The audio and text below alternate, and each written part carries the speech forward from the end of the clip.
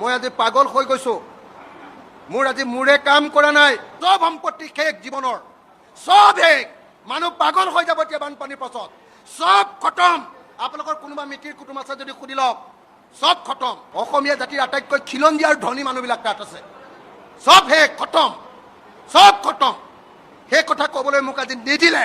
এতিয়াও মানুহবিলাকক উলিয়াব পৰা নাই। মোৰ তাত লাগে 115খন, মোৰ সমষ্টিত লাগে 115খন নাও। মোক দিছে 12খন নাও, 12খন। এতিয়াও এক মানুহক চৰকাৰ সম্পূৰ্ণ ব্যৰ্থ। মানুহক এক টোপাল পানী, এক বটল পানী দিব পৰা নাই। আমাৰ হিমন্ত বিশ্ব শৰ্মা, আমাৰ পীযুষ হাজৰিকা, আমাৰ কি নাম আছিলে এইটো, আমাৰ জয়ন্ত মল্ল বৰুৱা, আমাৰ ইয়াৰ MLA বিধায়কবিলাকে 2 নম্বৰী কৰি গোটেই নাগালেণ্ডৰ পাহাৰবিলাকৰ কয়লাবিলাক খানি পাহাৰৰ ভিতৰৰবিলাক গোটেই খুৰুং কৰি পেলালে। মই সদনত আজি এটা সভাস্থগিত প্ৰস্তাৱ আনিছিলোঁ।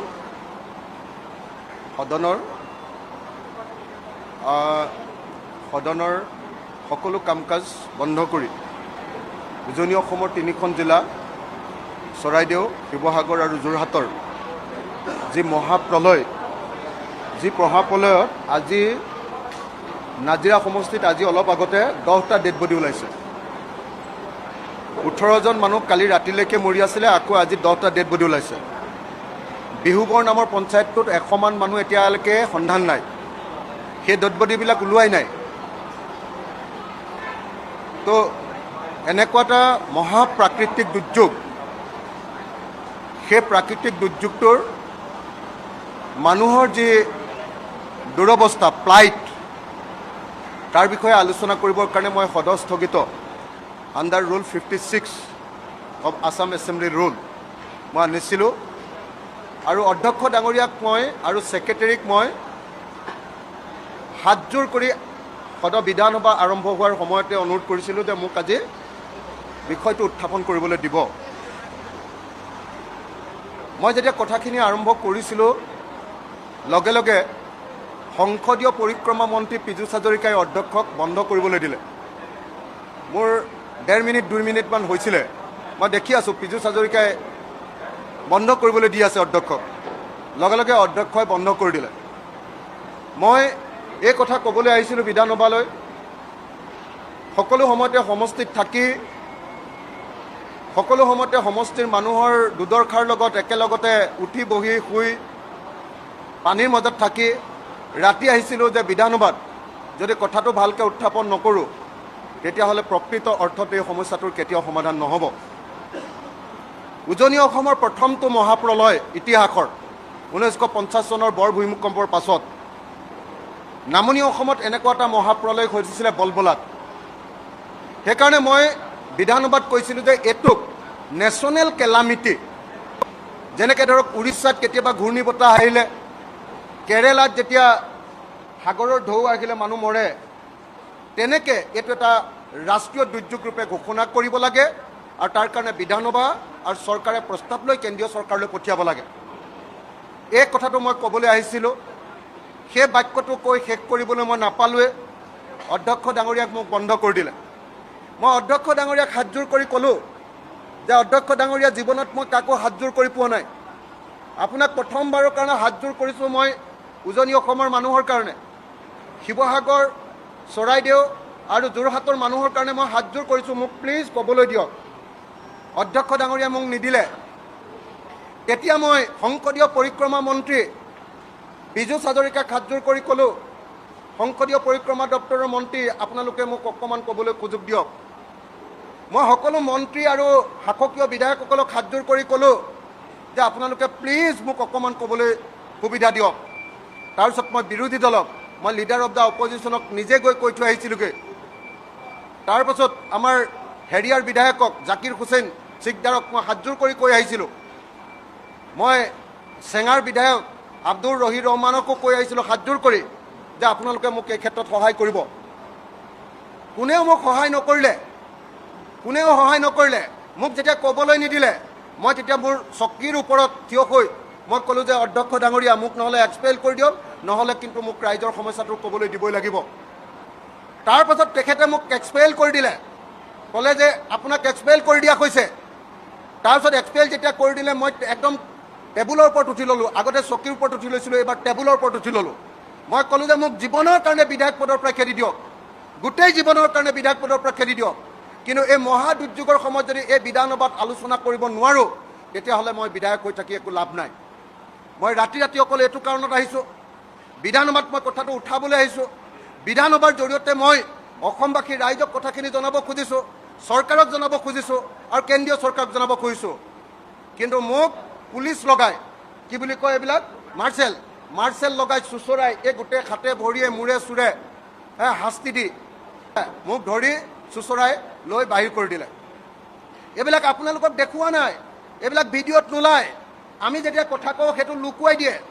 এতিয়া মোৰ যিটো ক'বলগীয়া কথা আছে এইটো হ'ল যে অসমৰ ইতিহাসত 1950 চনৰ পাছত আটাইতকৈ ডাঙৰ দুৰ্যোগটো ঘটিছে।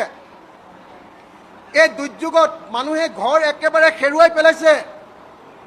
এই দুৰ্যোগত ঘৰ ভাগি গৈছে, মানুহ মৰি গৈছে। 100 মান অকল বিহুবৰ পঞ্চায়ততে 100 মান মানুহ উটুৱাই লৈ গুচি গ'ল, এতিয়া সন্ধান নাই। কালি 18টা ডেড বডি ওলাইছে নাজিৰাত, আজি ওলাইছে 10টা। আৰু কিমান ডেড বডি ওলাব কোনেও নাজানে। অতি কমেও 100 মানুহৰ ওপৰত মানুহ মৃত্যু ঘটিছে। কিন্তু এতিয়ালৈকে যি ধৰণে সংবাদ মাধ্যমত প্ৰকাশ পাব লাগে, যি ধৰণে চৰকাৰৰ গাত লাগিব লাগে, যি ধৰণে বিধানসভাত এই বিষয়টোক লৈ চৰ্চা হ'ব লাগে আৰু গোটেই বিধানসভাখন দুদিন বন্ধ কৰি যি ধৰণে এই প্ৰলয়লৈ যাব লাগে, একো ঘটনা ঘটা নাই। আৰু সেইকাৰণে মই কথাটো ক'বৰ কাৰণে বিনম্ৰতাৰে সৈতে নমস্কাৰ কৰি সকলোকে মই এই প্ৰশ্নটো উত্থাপন কৰিব খুজিছিলোঁ। মই অসম বিধানসভাত ক'ব খুজিছিলোঁ যে অকল মানুহ মৰা নাই, গোটেই ঘৰবিলাক উটুৱাই লৈ গ'ল। যাৰ ঘৰ উটুৱাই নিয়া নাই সেই ঘৰবিলাকৰ ভিতৰত পূৰা ইমানলৈকে পানী হৈ গ'ল, একদম ঘৰৰ মুধচলৈকে পানী হৈ ঘৰৰ ভিতৰত যিমান বস্তু আছিলে চব শেষ হৈ গ'ল। অৰ্থাৎ আমাৰ দুখীয়া, মধ্যবিত্ত আৰু সকলো শ্ৰেণীৰ মানুহৰ যিমান ইনকাম আছিলে, গাড়ীখন ধ্বংস হৈ গ'ল, মটৰচাইকেলখন ধ্বংস হৈ গ'ল, ট্ৰেক্টৰখন ধ্বংস হৈ গ'ল, পাৱাৰ টিলাৰখন শেষ হৈ গ'ল, তাৰপাছত আপোনাৰ ফ্ৰিজটো শেষ হৈ গ'ল, টিভিটো শেষ হৈ গ'ল, বিচনাখন শেষ হৈ গ'ল, তুলিখন শেষ হৈ গ'ল, মেট্ৰেছটো শেষ হৈ গ'ল, সোফা ছেটটো শেষ হৈ গ'ল, ডাইনিং ছেটটো শেষ হৈ গ'ল। চব বস্তু ভিতৰত থকা কিতাপ পত্ৰ যিমান আছিলে চব শেষ হৈ গ'ল। খেতি বাতিটোৰ কথা মই নকওঁৱে, ভঁৰালবিলাক চব ধান পূৰা পানী ডুবি গ'ল, সেই কথা মই ক'বলৈ নাপালোৱে। আমাৰ শিৱসাগৰ নগৰত ইমান পানী, ইমান, মই নিজে গৈ আহিছোঁ টাউনত, ষ্টেচন চাৰিআলি, এটি ৰোড, বিজি ৰোডত ইমান পানী, নাজিৰাটো ইমান পানী, নাজিৰা টাউনত, শিমলুগুৰি টাউনটোৰ বৰবাদেই। এই কথাটো মোক ক'বলৈ নিদিয়ে। তেতিয়াহ'লে মই বিধায়ক হৈ থকাৰ অৰ্থ কি? অধ্যক্ষ ডাঙৰীয়া, আপুনি মোক যি ধৰণে আজি অপমান কৰিলে, আপুনি এই অপমান অকল মোক কৰা নাই অধ্যক্ষ ডাঙৰীয়া, এই অপমান আপুনি শিৱসাগৰ, চৰাইদেউ আৰু যোৰহাট জিলাৰ মানুহক কৰিছে, উজনি অসমৰ মানুহক কৰিছে আৰু মানৱতাৰ বিৰুদ্ধে আপুনি আজি অপৰাধ কৰিছে অধ্যক্ষ ডাঙৰীয়া। আজি চৰকাৰী পক্ষই মানৱতাৰ বিৰুদ্ধে অপৰাধ কৰিছে। আজি কংগ্ৰেছৰ বিধায়কবিলাকে মানৱতাৰ বিৰুদ্ধে অপৰাধ কৰিছে অধ্যক্ষ ডাঙৰীয়া। মই আজি পাগল হৈ গৈছোঁ, মোৰ আজি মূৰে কাম কৰা নাই যি পৰিমাণে। অধ্যক্ষ ডাঙৰীয়া, মই আজি ক'বলৈ আহিছোঁ, চবেই কৈ আছে যে ক্লাউড ব্ৰাষ্ট হৈছে। মই আজি ডকুমেণ্ট লৈ আহিছিলোঁ যে নাগালেণ্ডত দিখৌ নদীৰ ওপৰত দিখৌ হাইড্ৰ পাৱাৰ প্ৰজেক্ট নামৰ 287 মেগাৱাটৰ এটা ডেম বনাই আছে 2024 পৰা। সেই ডেমৰ 3rd ফেজটো শেষ হৈছে আৰু তাত অহা পানীটো, সেই পানীটো ডেমত ৰখাই থোৱা পানীটো একেলগতে এৰি দিয়াৰ কাৰণে আজি আমাৰ উজনি অসমখন ধ্বংস হৈ গ'ল। মই যেতিয়া ডেমৰ কথা কৈছিলোঁ বোলে ক'ত ডেম আছে, অকল বোলে দৈয়াং ডেম। মই এতিয়া আপোনালোকৰ গভৰ্ণমেণ্টৰ এনভাইৰনমেণ্ট এণ্ড ফৰেষ্ট ডিপাৰ্টমেণ্টৰ ক্লিয়াৰেঞ্চ দেখুৱাই দিম যে 2024 চনত আধাৰশিলা স্থাপন কৰি দিখৌ নদীৰ ওপৰত এটা ডাঙৰ ডেম বনাই আছে। উচ্চতাটো বোধহয় মানে পানী ৰাখিব পৰা ঠাইটো হ'ল কিমান স্কোৱাৰ কিলোমিটাৰ, কেটছমেণ্ট এৰিয়াটো পানী য'ত ৰাখিব, তাতে ৰাখি থোৱা পানী অকস্মাতে নামি অহাৰ কাৰণে হৈছে। 2 নম্বৰ, গোটেই অসমৰ পৰা গৈ গোটেই আমাৰ হিমন্ত বিশ্ব শৰ্মা, আমাৰ পীযুষ হাজৰিকা, আমাৰ কি নাম আছিলে এইটো, আমাৰ জয়ন্ত মল্ল বৰুৱা, আমাৰ ইয়াৰ MLA বিধায়কবিলাকে 2 নম্বৰী কৰি গোটেই নাগালেণ্ডৰ পাহাৰবিলাকৰ কয়লাবিলাক খান্দি পাহাৰৰ ভিতৰৰবিলাক গোটেই খুৰুং কৰি পেলালে। ডাঙৰ ডাঙৰ এটা এটা পাহাৰৰ তলত হ্ৰদ হৈ আছে, পানী জমা হৈ আছে। এই বিহুবৰ য'ত আটাইতকৈ বেছি মানুহ মৰিছে তাতে আনি গোটেই কয়লাটো জমা কৰে। প্ৰথমতে নাগালেণ্ডৰ পৰা সি তাতে নামেহি। য'ত আজি 100জন মানুহ হয়তো মৰিছে তাত বিহুবোৰত। কয়লা শিল আপোনালোকে নিজে খবৰ লওক যে গোটেই নাগালেণ্ডৰ পাহাৰবিলাক কয়লা খানি খানি তাৰ তলটো একেবাৰে তলটো সম্পূৰ্ণৰূপে হ্ৰদ কৰি ৰাখিছে নাই, ওপৰত এনেই মাটিখিনিহে আছে আৰু তলটো পুখুৰী হ্ৰদ লেক, সেই পানীখিনি একেলগতে ওলাই আহিছে। নদী বান্ধৰ পানীখিনি একেলগতে ওলাই আহিছে। গোটেই নদীবিলাকৰ আগফালৰ গোটেই শিলবিলাক উঠাই আনিলে আৰু গোটেই মন জিলা আৰু এই অঞ্চলবিলাকৰ পৰা কি কৰিছে, গোটেই আমাৰ 37 নং ৰাষ্ট্ৰীয় ঘাইপথটোৰ কাৰণে গোটেই মাটি কাটি লৈ আহিলে। মই এইবিলাক কওঁ বুলি ভাবি পীযুষ হাজৰিকাই মোক ক'বলৈ দিয়া নাই, এইবিলাক কওঁ বুলি ভাবি মোক হিমন্ত বিশ্বই ক'বলৈ দিয়া নাই। আজি আচল কথাটো এইটো, ডেম যে কালি মই হিমন্ত বিশ্ব শৰ্মাৰ লগত যেতিয়া কথা পাতিছোঁ, হিমন্ত বিশ্ব শৰ্মাই নিজে কৈছে যে হয় এইটো অকল ক্লাউড ব্ৰাষ্টৰ ঘটনা নহয়, তাতকৈ ডাঙৰ কিবা আছে। আনকি তাৰপিছত মোৰ লগত কথা পতাৰ পাছত বাইটো দিছে, মই কৈছোঁ যে দাদা তাত ডেম বনাই আছে। কালি ৰাতি মই আহোঁতে এনভাইৰনমেণ্ট এণ্ড ক্লিয়েৰেন্সৰ MOEFৰ আমাৰ মিনিষ্ট্ৰী অফ এনভাইৰনমেণ্ট এণ্ড হেৰিয়াৰ ফৰেষ্টৰ মই ডকুমেণ্ট চালোঁ, তেতিয়া দেখিলোঁ দিখৌ নৈৰ ওপৰতে এটা ডেম বনাই আছে, দিখৌ কি কয় hydro' power project DHP hydro' electric project DEP hydro' electric project এটা প্ৰজেক্ট বনাই আছে। সেই প্ৰজেক্টৰ পানী কয়লা খান্দি এই যে কয়লাৰ যে কমিশ্যন লয়, এই যে কয়লাৰ যে চিণ্ডিকেট কৰে, এই যে মন্ত্ৰীয়ে কি কয় আপোনাৰ আজিকালি সেই চিণ্ডিকেটটো কৰি আছে আমাৰ কি কয় মন্ত্ৰীয়ে, এইটো জয়ন্ত মল্লই, সেই কয়লাৰ চিণ্ডিকেট কৰা তাৰ তলৰ গোটেই পাহাৰবিলাক খান্দি তাৰ ভিতৰত পানী সোমাই গ'ল। এতিয়া একেলগতে গুচি আহিছে, পাহাৰটো ধামকে পৰি গৈছে, পানীখিনি ওলাই আহিছে। মৰিছোঁ আমি শিৱসাগৰ, মৰিছোঁ আমি যোৰহাট, মৰিছোঁ আমি চৰাইদেউ। সেই কথা কওঁ বুলি ভাবি মোক আজি বিধানসভাত ক'বলৈ দিয়া নাই, কিন্তু মই ক'বলৈ আহিছিলোঁ যে তাত অকল 6,000 বা 12,000 টকাৰ ক্ষতিপূৰণ দিলে নহ'ব। আমাৰ শিৱসাগৰৰ ধনী মানুহ, যোৰহাটৰ ধনী মানুহবিলাক, চৰাইদেউৰ ধনী মানুহবিলাকৰ চব সম্পত্তি শেষ, জীৱনৰ চব শেষ, মানুহ পাগল হৈ যাব এতিয়া বানপানীৰ পাছত, চব খতম। আপোনালোকৰ কোনোবা মিতিৰ কুটুম আছে যদি সুধি লওক, চব খতম। যোৱা 100 বছৰ 200 বছৰত যি ইনকাম কৰিছিলে চব শেষ হৈ গ'ল, মানুহ পাগল হৈ গৈছে। সেই বস্তুবিলাকৰ বিষয়ে মই ক্ষতিপূৰণটো যাতে ভালকৈ আহে, তাৰ কাৰণে নেশ্যনেল কেলামিটি যাতে ঘোষণা কৰা হয়, তেতিয়াহ'লে পেকেজ পালোহেঁতেন। মই কালি মুখ্যমন্ত্ৰীক কৈছিলোঁ যিহেতু নেশ্যনেল কেলামিটি ঘোষণা কৰাওক, তেতিয়াহে পইচা হ'ব। মই মুখ্যমন্ত্ৰীক কৈছিলোঁ 6,000 বা 12,000 টকা দি ক্ষতিপূৰণ দিলে নহ'ব, এটা মানুহৰ কোটি টকা লোকচান হৈছে। আমাৰ শিৱসাগৰৰ ধনী মধ্য অসমীয়া মধ্যবিত্তৰ আটাইতকৈ অসমীয়া জাতিৰ আটাইতকৈ খিলঞ্জীয়া আৰু ধনী মানুহবিলাক তাত আছে, চব শেষ, খতম, চব খতম। সেই কথা ক'বলৈ মোক আজি নিদিলে। এতিয়াও মানুহবিলাকক উলিয়াব পৰা নাই। মোৰ তাত লাগে 115খন, মোৰ সমষ্টিত লাগে 115খন নাও, মোক দিছে 12খন নাও, 12খন। এতিয়াও এক মানুহক চৰকাৰ সম্পূৰ্ণ ব্যৰ্থ, মানুহক এক টোপল পানী, এক বটল পানী দিব পৰা নাই। বুঢ়া বুঢ়ী বেমাৰী মানুহক এতিয়ালৈকে বানপীড়িত অঞ্চলৰ পৰা উলিয়াই নিব পৰা নাই, মানুহ এজনো যাব পৰা নাই এতিয়ালৈকে। হয় এয়াৰ ড্ৰপিং কৰিব লাগে, নহ'লে নাও দিব লাগে, নাৱেই নাই। মই যেতিয়া কালি 115খন বিচাৰিলোঁ, মুখ্যমন্ত্ৰীয়ে ক'লে গোটেই অসমতে 115খন নাও নাই, ক'ৰ পৰা দিম তোমাক। মানুহ গোটেই শেষ, উজনি অসমৰ 3খন জিলা শেষ পুৰা, আৰু সেই বিষয়ে বিধানসভাত আলোচনা নহয়। মই ডিভাইচত আনিছোঁ, ডিভাইচত মই ৰুলৰ ভিতৰত আনিছোঁ, আৰু মই এফেক্টেড সমষ্টিৰ চব কাম এৰি মই বানপানীত ডুবি আছিলোঁ, তাৰ পৰা সকলো কাম এৰি মই বিধানসভালৈ অহাৰ পাছত মই হাতযোৰ কৰি পোৱাৰ পাছতো এই বিধানসভাই মোক ক'বলৈ অনুমতি নিদিলে। এটা মানুহে পানীৰ বটল এটা পোৱা নাই, এটা মানুহে 1 কেজি চাউল পোৱা নাই, এটা মানুহে 1 কেজি দালি পোৱা নাই। প্ৰশাসন পুৰা ফেইল। মই মুখ্যমন্ত্ৰীক বাৰম্বাৰ কৈ আছোঁ যে গুৱাহাটীৰ পৰা টিম পঠিয়াওক, নপঠিয়াই, কাৰণ তেতিয়া দুৰ্যোগটো ডাঙৰ বুলি হুলস্থুল হৈ যাব। এইটো লুকুৱাব লাগে, যিমান পাৰি লুকুৱাব লাগে। এই দুৰ্যোগটো সৰু সৰু বুলি লুকুৱাব লাগে, সেইকাৰণে ইয়াত আলোচনা কৰিবলৈ নিদিয়ে। সেইকাৰণে ৰাজ্য চৰকাৰৰ পৰা টিম গৈ তাত বহি নলয়, সেইকাৰণে তাৰ DC কেইটাৰ ওপৰতে দি দিছে। DC কেইটাই একোৱে নাজানে, একোৱে কৰিব পৰা নাই, তীৰ্থৰ হৈ বহি আছে। এইফালে ভাগিছে, এইফালে উঠিছে, এইফালে মৰিছে, একো নাই। না নাও আছে, না পানী আছে, না খাদ্য আছে, না অন্য কোনো ব্যৱস্থা কৰিছে, একো নাই। এই কথা ক'বলৈ যেতিয়া বিধানসভালৈ আহিছিলোঁ, বিধানসভাৰ পৰা মোক এক্সপেল কৰিছে। মই চিৰজীৱনৰ কাৰণে বিধায়ক পদটোৰ পৰা এক্সপেল কৰিবলৈ অনুৰোধ কৰিছিলোঁ অধ্যক্ষ ডাঙৰীয়া। সেইটো সাহস নাই, সেইটো সাহস নাই, সেইটো সাহস নাই। চৰকাৰী তথ্য আৰু মাননীয় মুখ্যমন্ত্ৰী ডাঙৰীয়াৰ কালি সংবাদ মাধ্যমত দিয়া বিভিন্ন ভাষ্য, তাৰ পৰা স্পষ্টভাৱে বুজিব পাৰিছোঁ যে তাতে বানৰ কি ভয়াৱহ ছবি, বানৰ কি ভয়াৱহ পৰিস্থিতি। ইতিমধ্যে চৰকাৰী তথ্যমতে মৃত্যুৰ সংখ্যা যদি উল্লেখ কৰিছে, আমি বিভিন্ন মানুহৰ লগত কথা পাতিছোঁ, বেচৰকাৰী তথ্যমতে মৃতকৰ সংখ্যা আৰু বৃদ্ধি পাব। ইমান ভয়াৱহ প্ৰশাসনে ভাবিবই পৰা নাই। এতিয়া এনেকুৱা বহুত অঞ্চল আছে য'ত প্ৰশাসন যাবই পৰা নাই।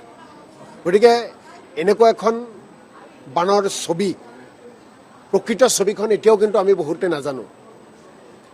নাগালেণ্ডে অসম চৰকাৰক জনাইছিল, অসম চৰকাৰে তাৎক্ষণিকভাৱে ব্যৱস্থা ল'ব লাগে কৈছে, আমি যিমান পাৰোঁ লৈছোঁ। কিন্তু আমাৰ প্ৰশ্ন এটাই যে প্ৰাকৃতিক দুৰ্যোগৰ ফলত কি কি ক্ষতিগ্ৰস্ত হ'ব পাৰে, কোন কোন এলেকা প্ৰাকৃতিক দুৰ্যোগৰ ফলত ক্ষতিগ্ৰস্ত হোৱা এলেকা, এই কথাবিলাক সাধাৰণতে ডিপাৰ্টমেণ্টৰ হাতত তথ্য থাকিব লাগে। কিন্তু উজনি অসমৰ ৩-৪খন জিলাৰ বানপানীয়ে বা ডাৱৰ বিস্ফোৰণ যে নাগালেণ্ডত হ'ল, তাৰপিছত যে আমাৰ অসমৰ ৪-৫খন জিলাত অৱস্থা একেবাৰে বেয়া কৰি পেলালে, তাৰ পৰা এটা কথা স্পষ্ট ক'ব পাৰোঁ যে অসম চৰকাৰৰ হাতত আগতীয়াকৈ কোনো পৰীক্ষা নিৰীক্ষা বা তদন্ত কৰি অধ্যয়ন কৰি কোনো ৰিপৰ্ট নাই। গতিকে অসম চৰকাৰৰ প্ৰতি মই প্ৰথমতে আহ্বান জনাইছোঁ, যি হ'ল হৈ গ'ল, এই মানুহখিনিক উদ্ধাৰ কৰিব লাগে, সাহায্য কৰিব লাগে যিমান পাৰে। চৰকাৰী তথ্য আৰু মাননীয় মুখ্যমন্ত্ৰী ডাঙৰীয়াৰ কালি সংবাদ মাধ্যমত দিয়া বিভিন্ন ভাষ্য, তাৰ পৰা স্পষ্টভাৱে বুজিব পাৰিছোঁ যে তাতে বানৰ কি ভয়াৱহ ছবি, বানৰ কি ভয়াৱহ পৰিস্থিতি। ইতিমধ্যে চৰকাৰী তথ্যমতে মৃত্যুৰ সংখ্যা যদি উল্লেখ কৰিছে, আমি বিভিন্ন মানুহৰ লগত কথা পাতিছোঁ, বেচৰকাৰী তথ্যমতে মৃতকৰ সংখ্যা আৰু বৃদ্ধি পাব। ইমান ভয়াৱহ প্ৰশাসনে ভাবিবই পৰা নাই। এতিয়া এনেকুৱা বহুত অঞ্চল আছে য'ত প্ৰশাসন যাবই পৰা নাই। গতিকে এনেকুৱা এখন বানৰ ছবি, প্ৰকৃত ছবিখন এতিয়াও কিন্তু আমি বহুতে নাজানো। নাগালেণ্ডে অসম চৰকাৰক জনাইছিল, অসম চৰকাৰে তাৎক্ষণিকভাৱে ব্যৱস্থা ল'ব লাগে কৈছে, আমি যিমান পাৰোঁ লৈছোঁ। কিন্তু আমাৰ প্ৰশ্ন এটাই যে প্ৰাকৃতিক দুৰ্যোগৰ ফলত কি কি ক্ষতিগ্ৰস্ত হ'ব পাৰে, কোন কোন এলেকা প্ৰাকৃতিক দুৰ্যোগৰ ফলত ক্ষতিগ্ৰস্ত হোৱা এলেকা, এই কথাবিলাক সাধাৰণতে ডিপাৰ্টমেণ্টৰ হাতত তথ্য থাকিব লাগে। কিন্তু উজনি অসমৰ ৩-৪খন জিলাৰ বানপানীয়ে বা ডাৱৰ বিস্ফোৰণ যে নাগালেণ্ডত হ'ল, তাৰপিছত যে আমাৰ অসমৰ ৪-৫খন জিলাত অৱস্থা একেবাৰে বেয়া কৰি পেলালে, তাৰ পৰা এটা কথা স্পষ্ট ক'ব পাৰোঁ যে অসম চৰকাৰৰ হাতত আগতীয়াকৈ কোনো পৰীক্ষা নিৰীক্ষা বা তদন্ত কৰি অধ্যয়ন কৰি কোনো ৰিপৰ্ট নাই। গতিকে অসম চৰকাৰৰ প্ৰতি মই প্ৰথমতে আহ্বান জনাইছোঁ, যি হ'ল হৈ গ'ল, এই মানুহখিনিক উদ্ধাৰ কৰিব লাগে, সাহায্য কৰিব লাগে যিমান পাৰে। বানত বিধ্বস্ত অসমৰ সময়ত কিছুমানৰ বান্দৰামি আজিৰ এই প্ৰতিবেদনত আমি উল্লেখ কৰিম। প্ৰথমতে আহিছোঁ কেইটামান বিশেষ শব্দ। ই টপাটো কুলক্ষণীয়া, ইয়াৰ কাৰণেই বানপানী হৈছে, এজন মন্ত্ৰীক উদ্দেশ্যি এজন বিধায়কে কয়। তাৰপিছত আকৌ কয়, তই এই টপা মূৰটো লৈ পেলাই জলসিঞ্চন মন্ত্ৰী হৈছ, তই কেনেকৈ বানপানী ৰখাবি। তাৰপিছত আনটোৱে কয় আকৌ বোলে তইতো টপা। সেই তেনেকুৱা ধৰণৰ মন্তব্য, হাঁহি খিকিন্দালি পূৰা ঢেক ঢেকাই, ফটো উঠা, চেলফি উঠা।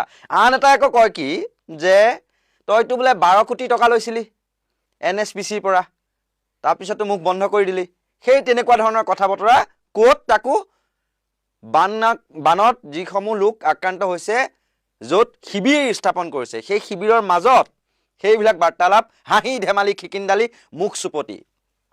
তাকো এজন সন্মানীয় বিধায়ক আৰু এজন সন্মানীয় মন্ত্ৰী, জলসম্পদ বিভাগৰ মন্ত্ৰী, তাকো যাৰ অধীনত আছে এই বানপানী নিয়ন্ত্ৰণৰ বিভাগটো। নতুনকৈ হৈছে তেওঁ সুশান্ত বৰগোহাঁই, আৰু আনগৰাকী হৈছে শিৱসাগৰ সমষ্টিৰ বিধায়ক অখিল গগৈ।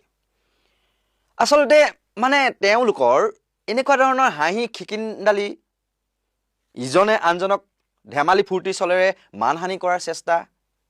কিন্তু সময়টো কি বা অসমৰ পৰিস্থিতিটো কি? বানত বিধ্বস্ত অসম, এতিয়ালৈকে প্ৰায় 30 জনৰ অধিক লোকে মৃত্যুক আঁকোৱালি ল'লে।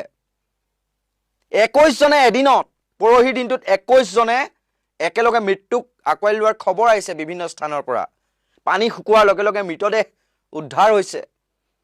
এটা মৃতদেহৰ মৰণোত্তৰ পৰীক্ষাৰ নামত খবৰ পাইছোঁ 15,000 পৰা 30,000 টকা বিচাৰিছে। ক'ৰ পৰা দিব এই সময়ত? মানুহৰ অৱস্থা নাই। আৰু সেই সময়ত বিধায়ক মন্ত্ৰীৰ এনেকুৱা ধৰণৰ হাঁহি খিকিন্দালি।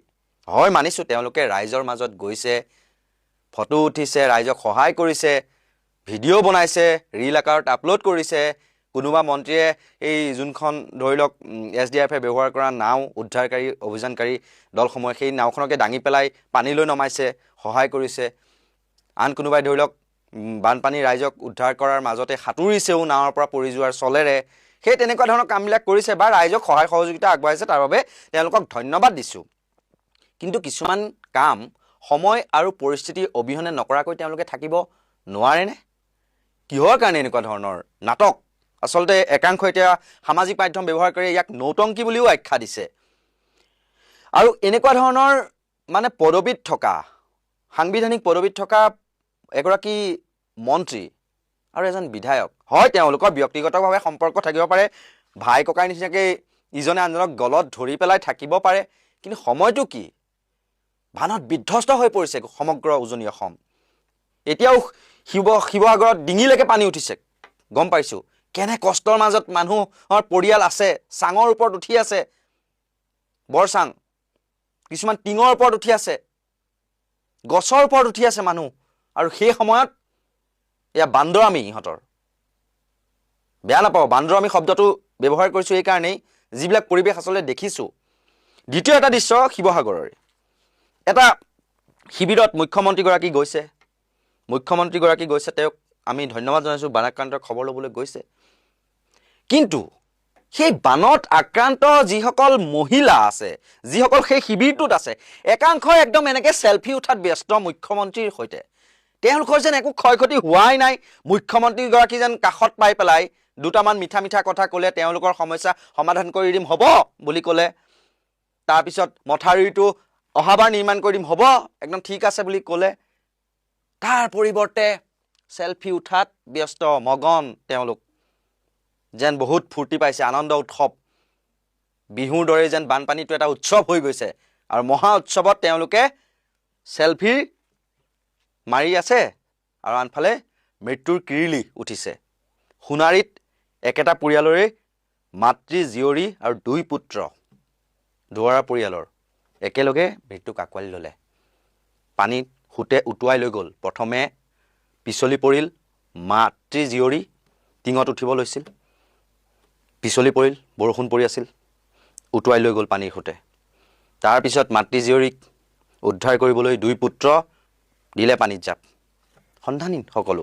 2গৰাকী মৃতদেহ উদ্ধাৰ হৈছে বুলি আমি শুনিছোঁ। বাকী 2গৰাকী উদ্ধাৰ হৈছেনে নাই সেয়া খবৰ আমাৰ হাতলৈ বৰ্তমানলৈকে অহা নাই। কিন্তু এনেকুৱা ধৰণৰ দুৰ্ভাগ্যজনক ঘটনাৰ মাজত এই বান্দৰামি, এইবোৰ মানে নৌটংকী কিয় একাংশৰ? কিয় এইবোৰ নাটক? ভাল লাগেনে? সময় পৰিস্থিতি সাপেক্ষে কিছুমান কথা বা কাণ্ড কৰিব লাগেনে? এতিয়া এগৰাকী সন্মানীয় মন্ত্ৰী বুলিয়ে কৈছোঁ, সন্মানীয় শব্দটো মই ব্যৱহাৰ কৰিছোঁ তেওঁৰ মন্ত্ৰী বা পদবীটোৰ কাৰণে, তেওঁৰ ব্যক্তিগত মানুহজনৰ কাৰণে নহয়। সেই মন্ত্ৰীগৰাকীয়ে এগৰাকী বিধায়কক উদ্দেশ্যি জনসাধাৰণৰ মাজত এনেদৰে মানহানি কৰিব লাগেনে? যে তই NSPCৰ পৰা 12 কোটি টকা লৈছিলি, আৰু সেইটো স্থান য'ত নেকি ৰাইজ দুখত আছে, ভালদৰে এটুপি পানী পোৱা নাই, কাৰেণ্ট নাই, মমবাতি জ্বলাই আছে, লেট্ৰিন কৰিবলৈ ভাল এটা লেট্ৰিন নাই, বাথৰুম নাই ভালদৰে গা ধুবলৈ। সেই তেনে এটা পৰিৱেশত থকা মানুহ, গৰু ছাগলী মানুহ একেলগে সহৱস্থান কৰিবলগীয়া হৈছে। আৰু সেই পৰিস্থিতিত কেমেৰাৰ সন্মুখত আকৌ এজনে কৈছে যে এই কেমেৰা আছে, কিন্তু কেমেৰাত চব ৰেকৰ্ড হৈ আছে। এইবিলাক মই মুখেৰে কৈ লোৱাতকৈ আপোনালোকে চাওকচোন কেনেকুৱা ধৰণৰ তেওঁলোকৰ হাঁহি খিকিন্দালি। প্ৰথমে সেই দৃশ্যটো আমি আপোনালোকৰ বুলি আগবঢ়াইছোঁ, চাই লওক। ইয়াৰ ঘৰ হ'ল মৰিয়নি বেচাতে আহি ইয়াত আহিছে গোটেই মানুহখন ধ্বংস কৰিলে পানী খাবলৈ পাব এনেকুৱা এটা মানুহ অচিনাকি মানুহ নাই বুজা নাই ই মানে ধ্বংস কৰি আহে ই প্ৰথমতে পইচা ক'ত ল'লে জানো নাই হেৰিটো বৃহৎ নদী বান্ধত ল'লে ই প্ৰায় 12 কোটি টকা তাৰপিছত এই হেৰি মানুহখিনিক উঠাম বুলি দয়াঙৰ মানুহখিনিৰ পৰা ল'লে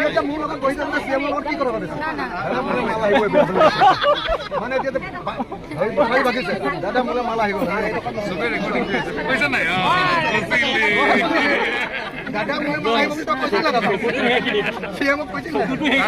কথাৰ সদায় শেষত চাবি পইচা চিনি নাপায় পৃথিৱীখনত সি চিনি পোৱা বস্তু এটাই আছে মোৰ এতিয়া নেকি আগৰ পৰাই মোৰ ঘৰটো এইটোহে এই ঘৰটো পিছফালৰ ঘৰটোহে বাইদেউ ঘৰত সোমাই যাবি কালি গৈছিলো মই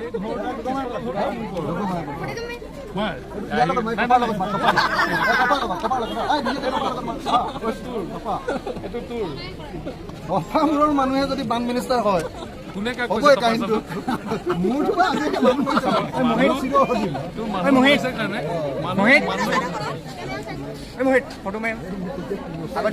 GPS नहीं हुआ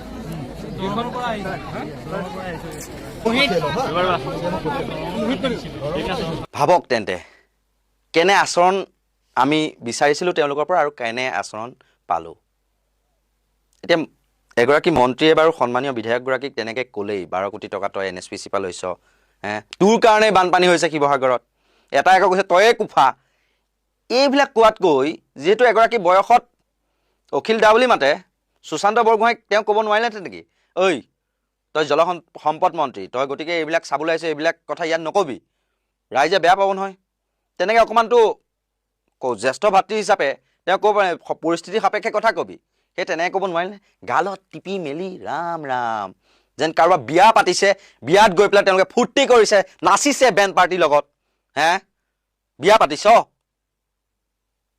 বানপানী হৈছে মানুহ মৰিছে মৃত্যুৰ কিৰলি উঠিছে কি এইবোৰ নৌটংকি কি বান্দৰ আমি তহঁতৰ ঠিক একেদৰে এই কেইগৰাকী মহিলাকো কৈছোঁ কি মানে এইবোৰ হাতত লৈ চেলফি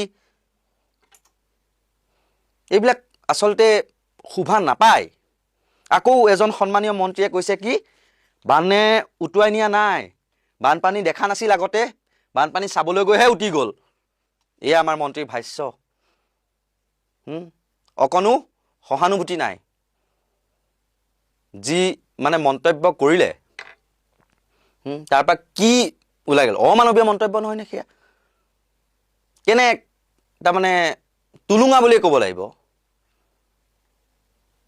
তাকো মুখত এমুকৰা হাঁহি লৈ পেলাই সেই মন্তব্য কৰিছে শুনকচোন আকৌ এবাৰ শুনাই লৈছোঁ সেই মন্তব্য জেগাত আকৌ এনেকুৱা হৈছে তেওঁলোকে পানী দেখা নাই চাবলৈ গৈ পেলাই ক'ৰবাত পিছলি পৰিছে গতিকে কাৰণবিলাক মৃত্যুৰ কাৰণ অকল পানীয়ে উটুৱাই নিছে এইটো নহয় সেনেকুৱা মই কেইবাঘৰলৈকো গৈছোঁ নিজে কথা পাতিছোঁ কিয় গ'ল কেনেকৈ গ'ল আমি যদি ভালকৈ সোধোঁ তেওঁলোকৰ ঘৰৰ মানুহে কয় নাই পানীটো চাবলৈ গৈছে এতিয়া কিমান অসংবেদনশীল হ'ব লাগিব এগৰাকী মন্ত্ৰী ইমান ইজিলি কথাটো কৈ দিলে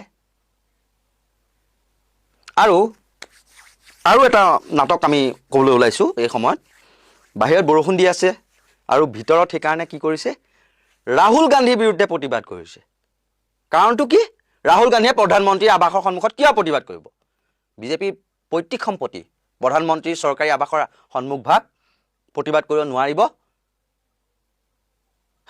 ৰাইজ মৰিছে বানত কক বকাই 30 জনৰ অধিক লোকে মৃত্যুক আঁকোৱালি ল'লে হাজাৰ হাজাৰ পশুধন আজি মানে বানপানীয়ে উটুৱাই লৈ গ'ল কিমান হাজাৰ হাজাৰ হেক্টৰ লাখ লাখ হেক্টৰ কৃষিভূমি বানে উটুৱাই লৈ গ'ল তেওঁলোকৰ আকৌ কি ৰাহুল গান্ধীৰ বিৰুদ্ধে প্ৰতিবাদ সাব্যস্ত কৰিছে ক'ত তাকো বাজপেয়ী ভৱনত লাইট জ্বলাই লৈছে বাৰান্দাত বাহিৰত বৰষুণ দি আছে প্ৰতিবাদ কৰিব নোৱাৰে তিতি তিতি তাকো হাতত প্লে কাৰ্ড লৈছে কি বিদেশত হিন্দু মানে ভাৰতক অপমান কৰা ৰাহুলক হিন্দুস্তানে সহ্য নকৰে তহঁতৰ প্ৰতিবাদৰ অৰ্থ আছিল কি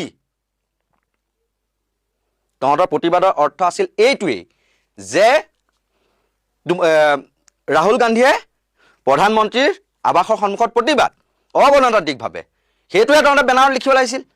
মানে এই যে আগতে যে কৰিছিল প্ৰতিবাদ, সেই তাৰে বেনাৰ মানে নতুনকৈ বেনাৰ ছপা নকৰি সেই আগৰ বেনাৰে লৈ থাকিল যে হাতত, পাহৰিয়ে থাকিলে। বিদেশত যে ভাৰতক অপমান কৰা বুলি যে ৰাহুল গান্ধীৰ বিৰুদ্ধে অভিযোগ তুলি এটা সময়ত যে বিজেপিয়ে যে প্ৰতিবাদ কৰিছিল, ৰাজপথত সমদল বাহিৰ কৰিছিল, তাৰে প্লে কাৰ্ড আনি পেলাই কালিৰ প্ৰতিবাদটোত লৈ পেলাই বহি আছে অশোক সিংহাল, ৰূপক শৰ্মা আৰু ৰহাৰ বিধায়ক শশীকান্ত দাসে। চাওক স্ক্ৰীণত আপোনালোকে দেখি আছে এইবিলাক। তেতিয়া এইবিলাক নৌটংকী থাকিব লাগিছিল ক'ত? আজি নগাঁৱত কি বানপানী হোৱা নাই? আজি উজনি অসমত প্ৰত্যেকগৰাকী মন্ত্ৰী, প্ৰত্যেকগৰাকী বিজেপি নেতা আজি উদ্ধাৰ অভিযান তেওঁলোক উতঃপুতঃ লাগিব লাগিছিল নে তেওঁলোকে ৰাহুল গান্ধীৰ বিৰুদ্ধে এনেকৈ প্ৰতিবাদ কৰিব লাগিছিল? আৰু এটা কথা, কংগ্ৰেছে প্ৰতিবাদ বাহিৰ কৰিছে ক'ত? বোলে ৰাজীৱ ভৱনৰ পৰা যাব ক'লৈ? সেই বাজপেয়ী ভৱনলৈ। বাটত আহিল বৰষুণ, বৰষুণত তিতে কেনেকৈ? বিৰোধীত থাকিলেও তেওঁলোকতো নেতা, বিধায়ক আছে, বৰষুণত তিতিব নোৱাৰি তেওঁলোকে প্ৰতিবাদ বন্ধই কৰি থলে। আৰু এই সময়ত এনেকুৱা ধৰণৰ প্ৰতিবাদবোৰ শোভা পায়নে? দুটাকৈ জ্বলন্ত বিষয়। দিল্লীত কি হৈ আছে? শিক্ষাৰ্থীয়ে প্ৰতিবাদ কৰিছে, আৰক্ষীয়ে লাঠিয়ে কোবাইছে, অপোচাকধাৰীয়ে কোবাইছে, কাৰোবাৰ হাত ভাঙিছে, কাৰোবাৰ ভৰি ভাঙিছে, আৰক্ষীৰ লাঠিত থকা গজালে গোটেই সমগ্ৰ দেহতে বিন্ধিছে। সেয়া হৈছে ৰাষ্ট্ৰীয় পৰ্যায়ৰ ঘটনা। আৰু অসমত বানৰ যি বিভীষিকা, মৃত্যুৰ কিৰিলি উঠিছে, সেই সময়ত তোমালোকৰ প্ৰতিবাদৰ বিষয় হৈছে কি? ৰাহুল গান্ধী। আৰু এয়াই হৈছে আজিৰ মোৰ এই প্ৰতিবেদনৰ বান বিধ্বস্ত অসমৰ একাংশৰ বান্দৰামীৰ সবিশেষ। এনেকুৱা ধৰণৰ সত্য নিৰপেক্ষ নিৰ্ভীক বিশ্লেষণৰ বাবে আপোনালোকে চাই থাকিব।